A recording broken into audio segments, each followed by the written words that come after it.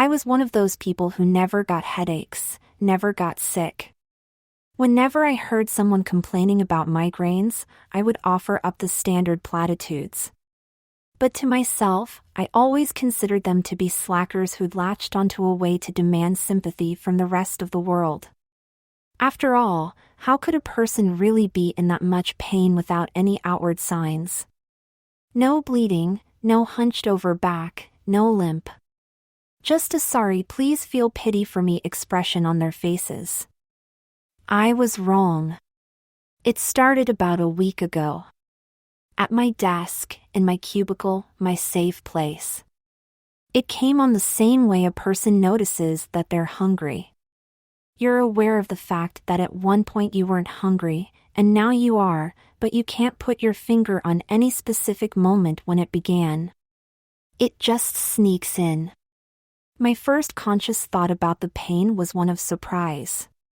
Oh, that's what they mean. Interesting. From there, I'm not really sure about the timeline. It could have been 10 minutes, or maybe a few hours. I just know that at one point, someone noticed that I was on my knees, forehead on the carpet, quietly sobbing. An ambulance ride led to hours waiting on a gurney. After all, a headache doesn't put you ahead of anyone on the priority list at the emergency room. Eventually, the clock seemed to do more for me than anything else. By the time I was actually talking to a doctor, the pain had drifted off to a mere echo of what it had been.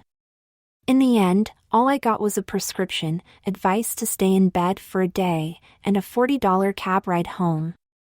The folks at work were fantastic.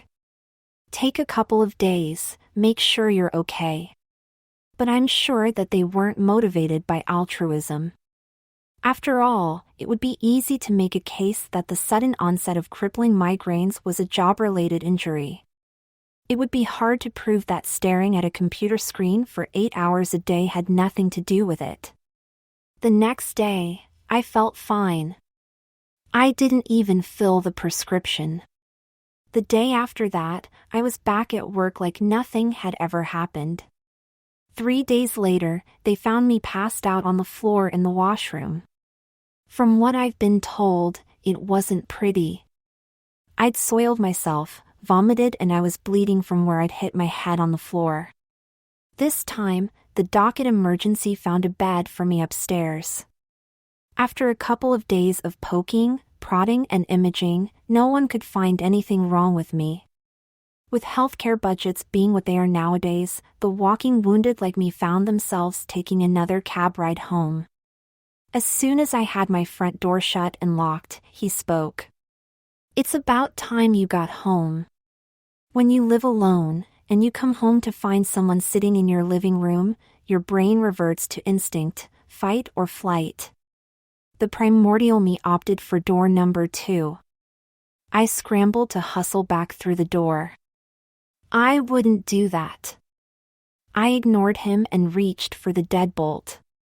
He couldn't have picked a more effective way to get control over me. The instant pain in the back of my head blinded me. A month ago, things would have been different. But with the headaches I've been having, throwing something at my head was like sticking a finger in a bullet wound. My knees buckled, leaving me a heap on the floor. But surprisingly, the blinding agony was gone as suddenly as it had appeared. Well, almost gone. I heard his footsteps as he walked up to me. I tried to warn you. He chuckled as he bent over me. Come on, buddy, let's go. You'd really be a lot more comfortable sitting on the couch, don't you think? Without looking up, I mumbled, "Who the hell are?" He cut me off with a quick shout. I said, "Get up and go sit on the goddamn couch." He took a deep breath. It seemed to calm him a bit. Now, come on. I don't want to have to get physical here. I had no idea what kind of a psychopath I was dealing with. The truth is, it doesn't matter, any kind of a psychopath would be bad in this situation.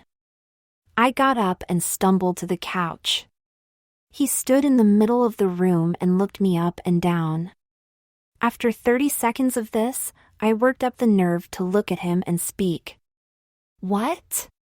Arms crossed, he reached up and started tapping his cheek. "You know, I bet you pull it off pretty good." He walked over to an armchair and sat down, staring at me all the time. I was struggling to understand, to guess what he was thinking. "If you're looking for money, I don't have much with me. Stand up." I furrowed my brow. "What?" I said stand up. The yell was sharp. I stood. "Now drop your pants." I did not like where this seemed to be going. I thought about putting up an argument, some sort of resistance. But one look at his face made it clear that he was serious. This was a dangerous man, someone who gets what he wants and doesn't put up with having to ask twice. I undid my pants and let them fall to my ankles. He grinned a wide, satisfied grin. Just like I thought. An evil-sounding chortle rumbled out of him. I looked down, embarrassed. There was no missing the fact that I took care of my legs the way a woman would. They were waxed, tanned and moisturized, smooth as a baby's bottom. I was humiliated. The dull ache from that blow he gave me to the head started to move around. I've been watching this street for a while now. Nice neighborhood. Lots of nice folks with lots of nice stuff. But I found something a lot more interesting here. He seemed to be finished with ogling my legs, so I moved to start pulling my pants back up. I stopped and looked at him. "Don't bother with that. In fact, just finish taking them off. You're not gonna need them for a while." My heart was pounding. Please. I'm not gay. It's strange how a quiet, steady voice can sound threatening. Extremely threatening. I said take off your shoes and finish taking off your pants. I could feel myself starting to tremble as I kicked the shoes off my feet and then stepped out of my pants. Socks too. My heart sank. 1 foot at a time, I reached down and pulled them off. A short, quick "ha" burst out of him, startling me. I looked up. "Those toenails of yours prove it then. All those dresses and shoes and shit in your bedroom, it's all for you. Isn't it?" I always thought I might be caught dressing someday. Maybe somewhere deep inside I was hoping for it. That was a big part of the thrill. But I always pictured it as being embarrassing, maybe mortifying at the worst. I did not imagine it playing out this way, brutally terrifying. As tears welled up in my eyes, my chin started to tremble. All I could manage to say was, "Please, can't you just take my wallet and go?" He just stared at me, letting me worry. "Take off the shirt." "Please no." I said. "Take off the shirt." Slowly I undid the buttons. As I dropped my arms and let the shirt fall to the floor, the light coming in the window glinted off of the crystal heart dangling from my pierced navel. I was too humiliated to look up at him. I just stared at the floor, shivering. "Look at me." I was afraid to look up, but I was even more terrified to find out what would happen if I ignored him. Inching my gaze up to his face, I noticed a slight change in his expression. The malice was toned down just a bit. "You're probably pretty scared right now, aren't you?" I managed a quick nod. "Good. That means you know enough to jump when I tell you to." He sat back in his chair and tented his fingers. "I've read a lot about guys like you. About your fantasies." I had no idea where he was going with this, but I had no choice but to listen. "You guys, you get a thrill out of dressing up like girls.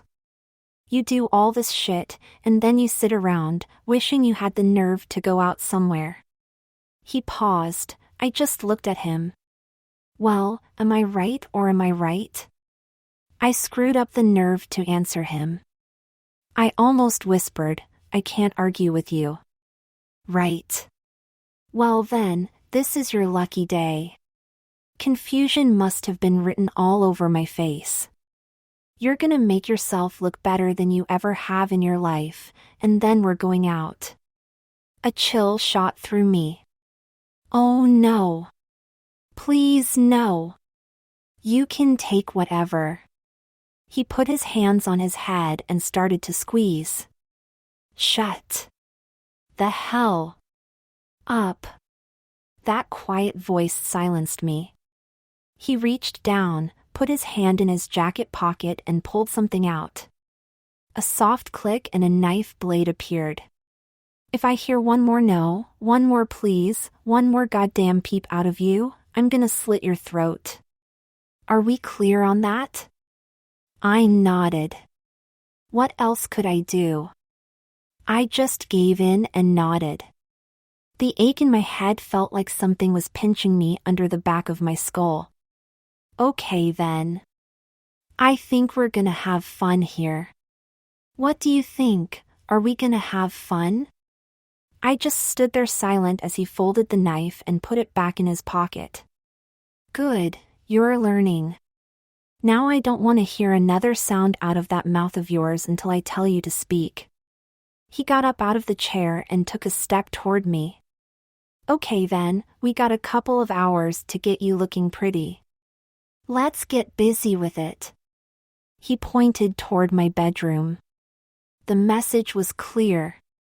As I bent over to pick up my clothes, he stopped me. Leave them there, you don't need them. Now start marching. As I moved to start heading down the hall, he added, wait a minute, there's a couple of things you need from the kitchen. I padded into the middle of the room, the linoleum cool under my bare feet. He stood in the doorway and pointed. You need to get the glue out of that drawer right there. I turned to look at him. I know what you're thinking, how does he know I keep the glue in there? He winked like he was telling me a secret of his trade. Silly bugger. I been here for hours. You think I just sat around doing nothing, waiting for you to come home? Now get the goddamn glue. And while you're there, grab one of those sewing needles. This guy had thought this through. I picked up the glue and the needle, then eased past him and headed down the hall to the bedroom. He was less than a full step behind me as I went through the door. You know what you're doing in here. I want you to pick out your nicest outfit. Nothing trashy, just sexy classy. I went to my closet and pulled out a pencil skirt and a sweater. I'd always liked the way the skirt hugged me, and the sweater was low-cut enough to show off the illusion of cleavage. He nodded his approval. Yeah, perfect. And those boots with the heels. I want to hear you clicking when you walk. He seemed to think of something else. Yeah, and those heels are gonna keep you from running away from me. He actually seemed proud of himself. Okay, now get out everything else you're gonna need and put it on the bed. Underwear, nylons, jewelry, all that silicone padding you got, and the blonde wig, yeah, that'll be perfect. As I piled things on the bed, he didn't take his eyes off of me. Okay, now this is where the fun part starts. I want you to get in that bathroom and shave every hair on your body. And I do mean everything, your crotch, your eyebrows, your head. Everything.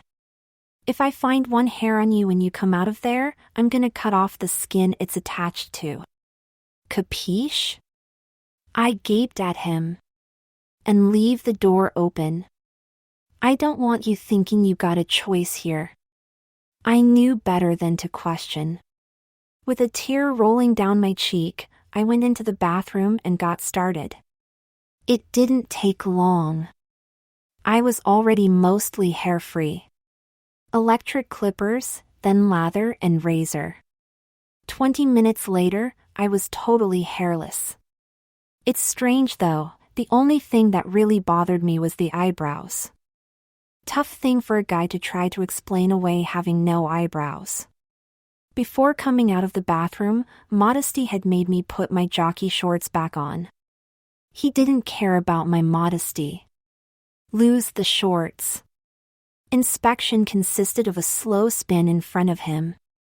I was worried that I might have missed a hair or two on the back of my head, but he seemed satisfied. Good enough.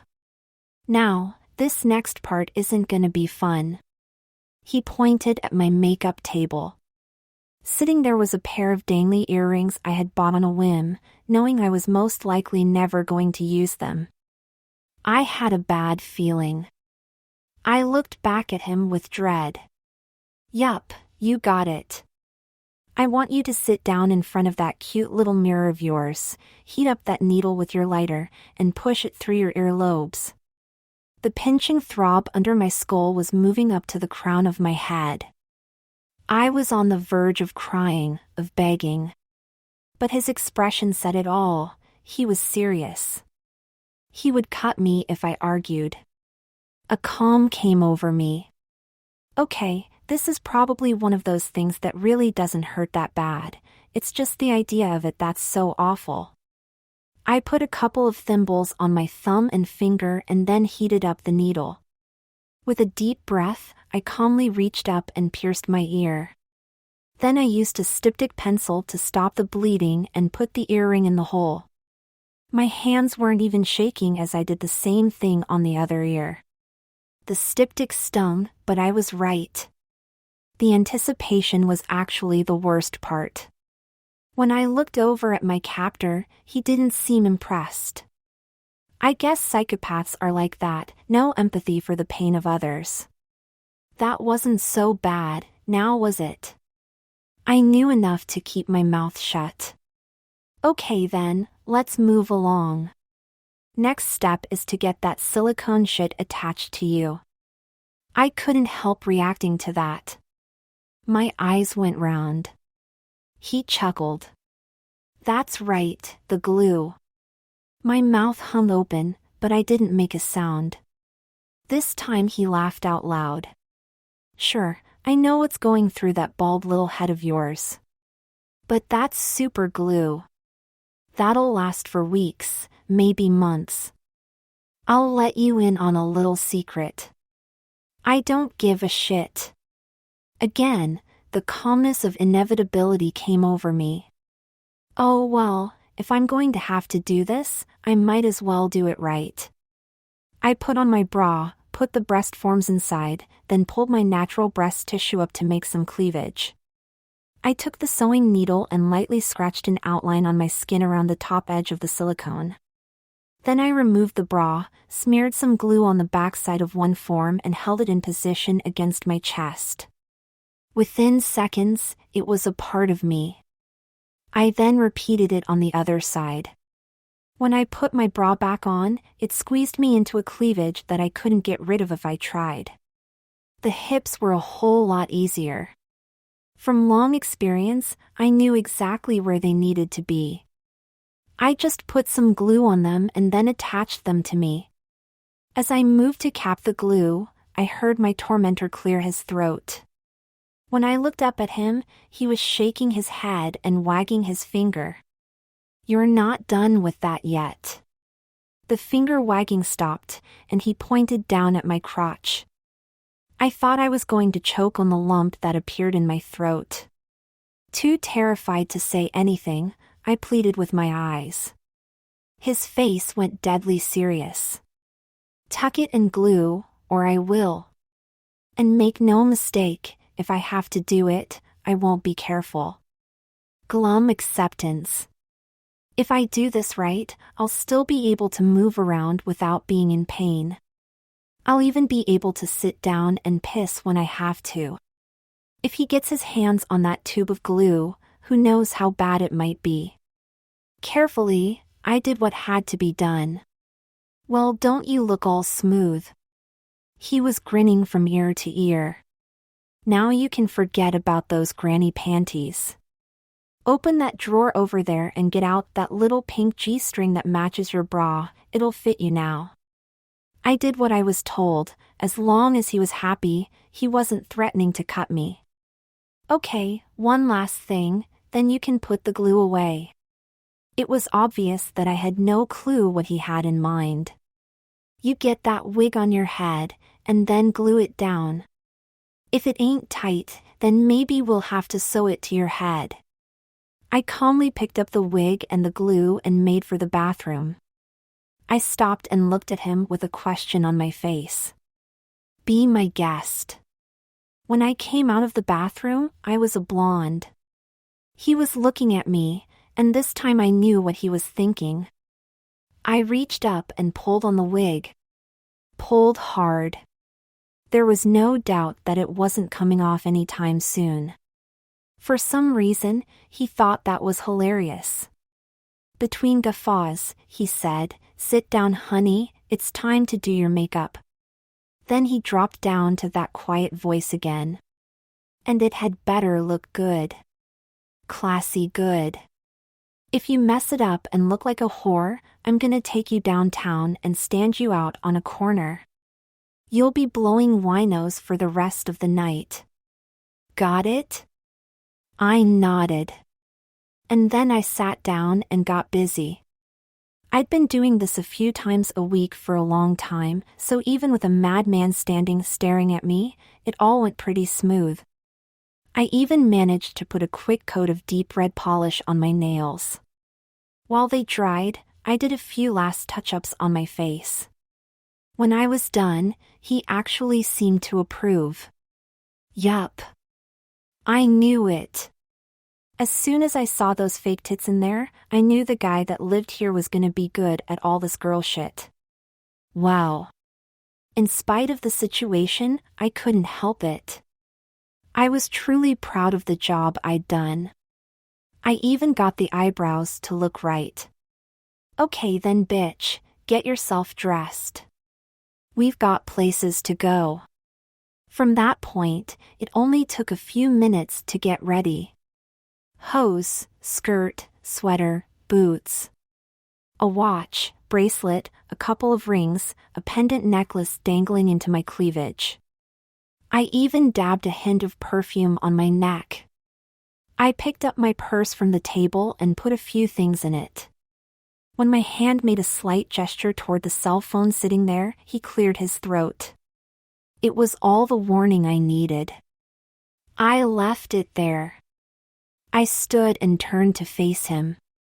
He didn't even try to hide the fact that he liked what he saw. I got to admit it. I thought you were gonna be good, but this is amazing.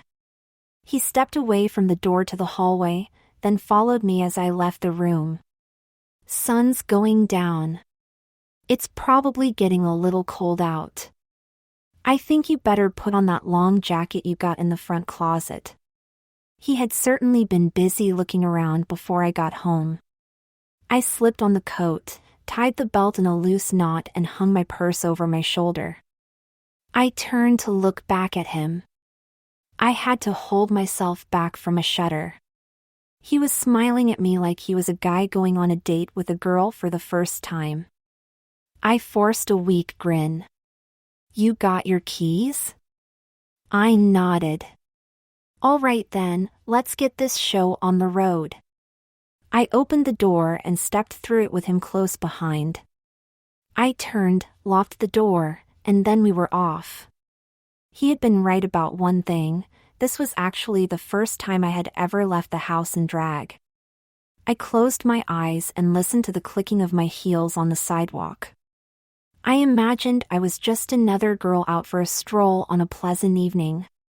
It almost made me forget about my headache. But eventually I had to open my eyes and face the reality. I was a prisoner of the madness silently walking along beside me. To the people we passed, I'm sure we appeared to be just another happy couple out for the evening. The dimming twilight did a wonderful job of hiding the stressed look on my face. We stopped on a corner, waiting for a light to cross the street. He leaned in close and whispered in my ear. "You see that little bar and grill across the street?" I nodded. "We're going to calmly walk in there and sit down in a booth. And you, my dear, are going to be the perfect, happy little lady. I'm sure you can even sound like a lady if it's important enough to you. And believe me, it's important. If this doesn't work out or if you try anything at all, I swear I'll stick this knife between your ribs. And as you lie there dying, you can watch me kill everyone else in the place. You got it? Now let's go." I didn't say a word. I just concentrated on the sound of my heels as I put one foot in front of the other. As I pulled the door open, I heard him behind me.